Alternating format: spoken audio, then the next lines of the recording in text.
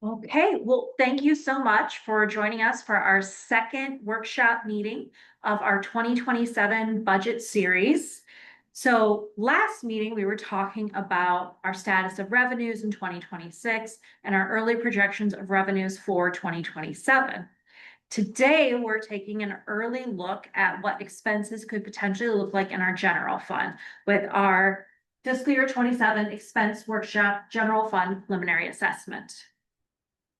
So today we're going to start off with the current year fiscal year 26 projections for the general fund. So that just means how on track we are this year.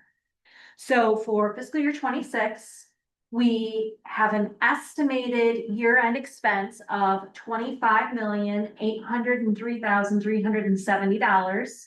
And then the original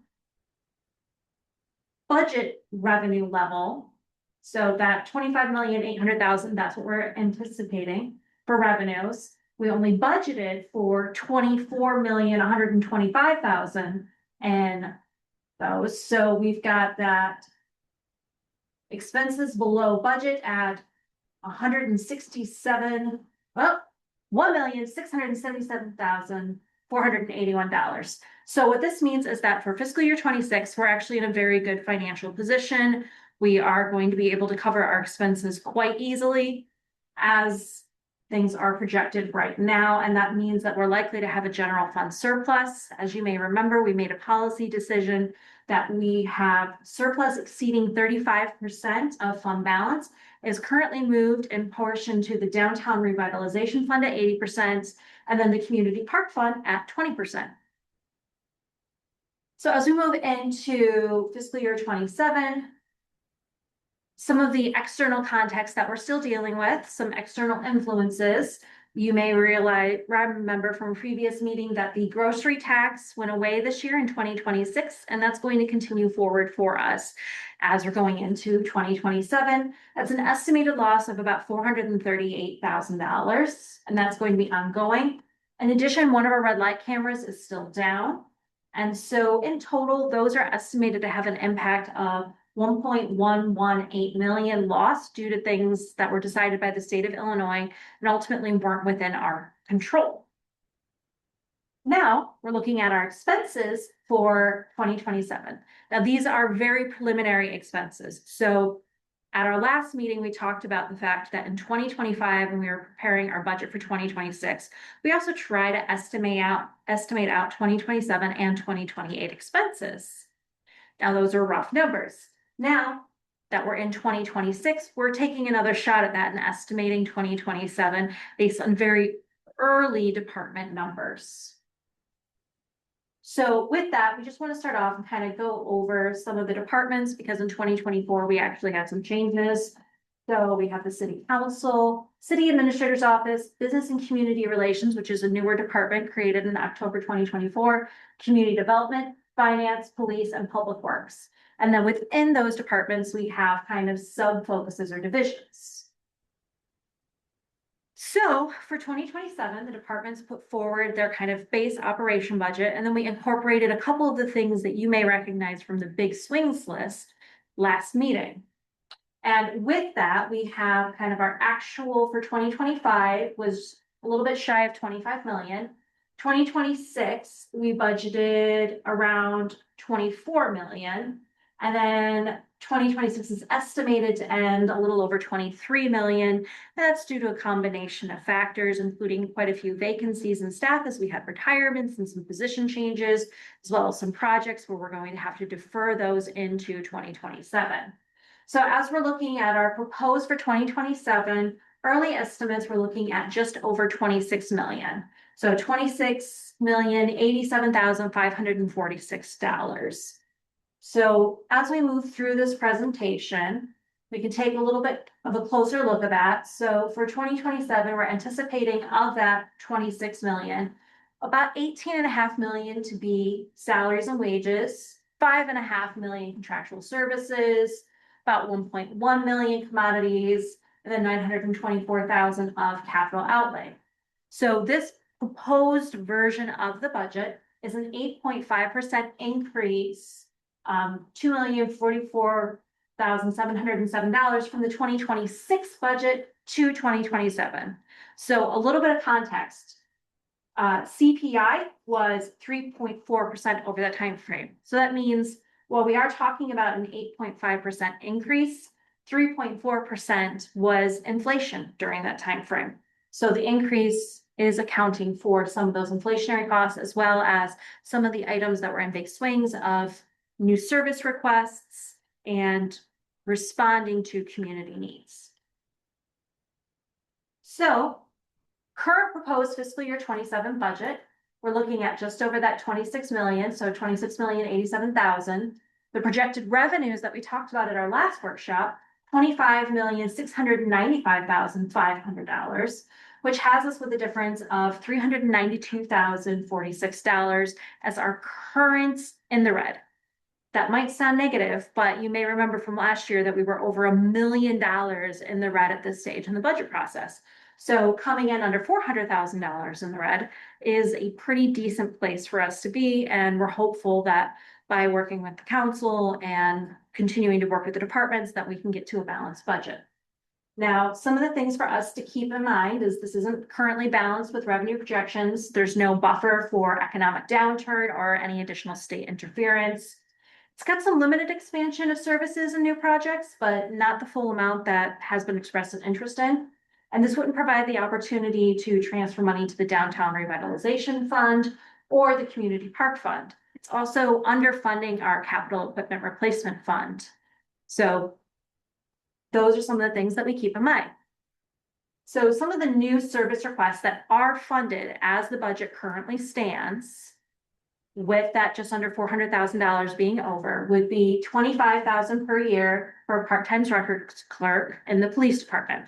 Now, you may remember that this is related to the significant increase that we've had in FOIA requests and desire for transparency, and those requests are just really outpacing current staff capacity. We also have an opportunity for a partnership and an intergovernmental agreement to have a shared social worker, and that would be $30,000 a year, and that's currently included in this budget. The next thing that we're looking at is that we have $225,000 in Main Street developable site surveys. So this is trying to remove those barriers to development and economic opportunity in our community by getting developers the information that will help draw them in. So that can include environmental surveys as well as topographic. The next item is one of our bigger hits on the budget in 2027, but this has a lot of opportunity to it. So $450,000, it's a conservative estimate for an ERP. That ERP would provide us with expansion of services, including utility billing portal, asset management. It would allow us to do permits and some licensing and registrations online. It also would allow us to have more transparency through our budget process, be able to pull more reports, and it will be a more effective tool. Right now, the operations that we do have, the software, it doesn't talk. There's issues with getting updates. The system is often down, creating challenges. And that $450,000, that's a one-time implementation year cost. That includes significant training, that includes data conversion and setup. In the out years, you'd be looking at something closer to around $150,000 a year. And that's the same price as the software that we'd be replacing, but we actually get to provide better services with the ERP. So the next thing that we're looking at, museum fixtures, we've been going through the process of upgrading the museum, encouraging the public to come out, increasing programming. And with that process, we want to have a little bit more furniture and fixtures in there for display. We've heard a lot from the community that arts and culture are really important. And so some additional ways we can do that is by funding some public art installations. So we have $50,000 in there right now for that. And then the Downtown Revitalization Commission recommended that we find some ways to do more downtown business support. And so we have our preliminary $50,000 in here as a placeholder until we can determine what that support could look like. Now that's specific to the fact that in 2027, we're going to be doing some extensive construction projects in the downtown, and that may affect the businesses that are there. And we want to help our businesses succeed. So we've got this placeholder there so that we can look into what some of those options could be.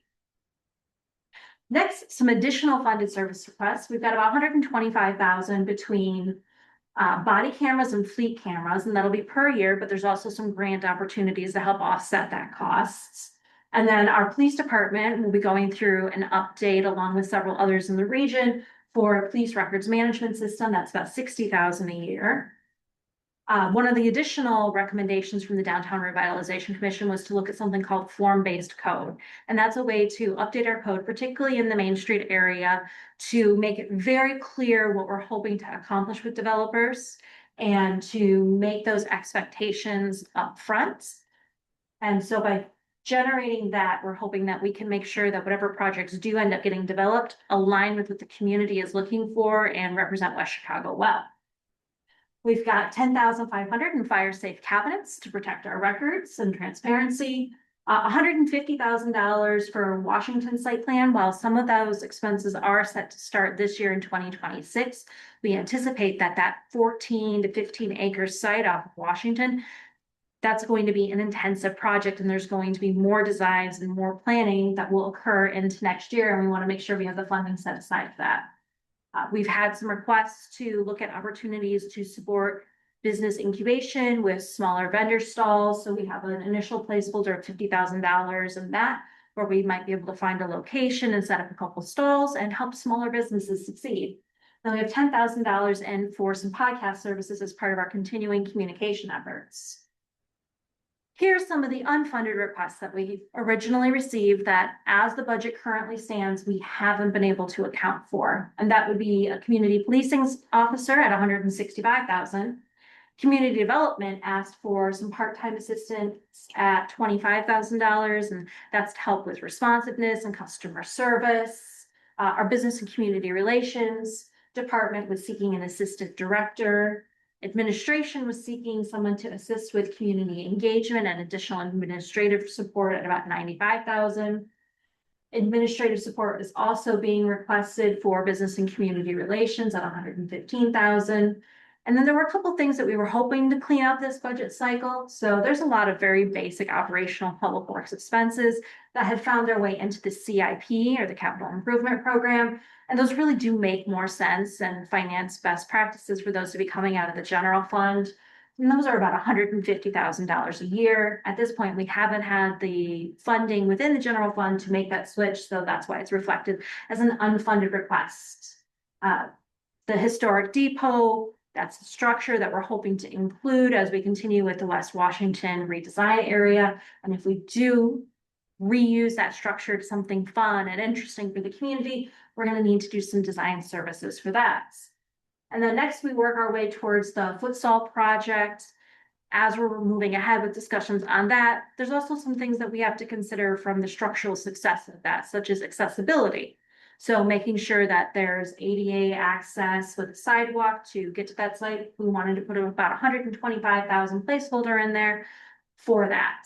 And then the next item was the Washington market design that we'll be looking at construction costs in 28-29 in the 2.9 million, but preliminary design in 2027 of around $100,000. But that's currently not funded, although that project does have some grant opportunities, so we want to keep that on the radar. Now, last meeting, we talked about revenue options. We can see that there's a lot of interesting expenses and opportunities that the community could take part in. And while we aren't in a terrible place with the budget, if we want to continue funding these new items, we do need a little bit more revenue to get there. So some of the revenues that we have previously discussed include a home rule sales tax increase, which would estimate to bring in about 1.2 million. It increases resources for community priorities. The rate would put us higher than some of our peers. It does include luxury items, flows, and it would not apply to titled assets. For us to do that, we would have to make a decision and have it postmarked by October 1st for it to start collecting in January to hit that $1.2 million number. And the next item that we've talked about is a grocery tax. We had one, it was taken away by the state of Illinois. We do have the ability to re-implement that. That would get about $438,000. But we would be adding it back after 1 year of the community not having that tax anymore. That tax has been adopted by about 700 communities. It does target necessities like food. However, SNAP recipients are exempted. this has the same postmark deadline. So this table here, a little bit of context. This shows kind of the current general merchandise sales tax rates. So West Chicago is currently at 8.75%. So in that case, we're higher than Naperville's baseline and Wheaton's baseline, but we're in alignment with the Batavia DuPage portion and Glendale Heights and Downers Grove.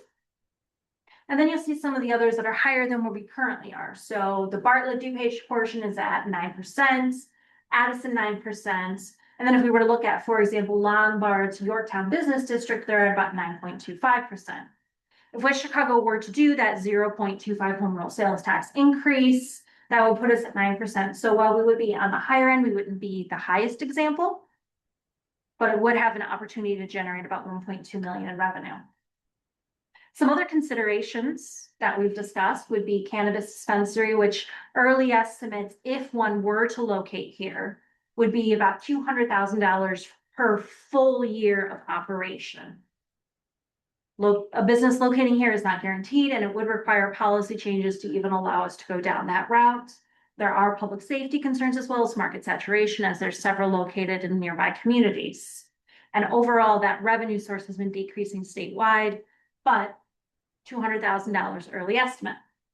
Amusement taxes, we could look at doing a streaming tax that would bring about $50,000 in per year. Packaged liquor tax, this is something that we didn't talk about at our last revenue workshop, but if we were to increase it by 1%, so from the current 2% to a 3% packaged liquor tax, we get about $80,000, maybe $85,000 a year estimated. And that 3% would still be pretty well in line with what a lot of other communities that are our peers would do. The additional option, if we were to go to the highest level that we were able to find in the region, which is 5% liquor tax, we're estimating about $245,000 in revenue for that. And then some of the other considerations that we've talked about with infrastructure is that we do have the challenge that we have a decent number of business operations that have heavy trucks with large outdoor storage sites, and those can strain the local road system and our infrastructure. And the property taxes for those sites might not be matching that with the appropriate economic return. So we could look at creating an infrastructure preservation tax, which would be an annual tax on outdoor storage of commercial vehicles, equipment, and materials. That's one option. And then another option that we could also look at would be increasing the diesel motor fuel tax. That would be estimated to generate about $50,000 a year. So at this point, this is just a very early update in our process. We continue the transparency that we started last year, where we highlight some of the expenses that we're looking at. How is the budget coming along so far? We'll actually have another workshop here in a couple of weeks where we'll bring back more solidified numbers in the general fund after we have more time, more data that we can pull together. We get feedback both from the community and elected officials. So at this point, I'm going to see if anybody in the room has any questions related to the budget or any comments.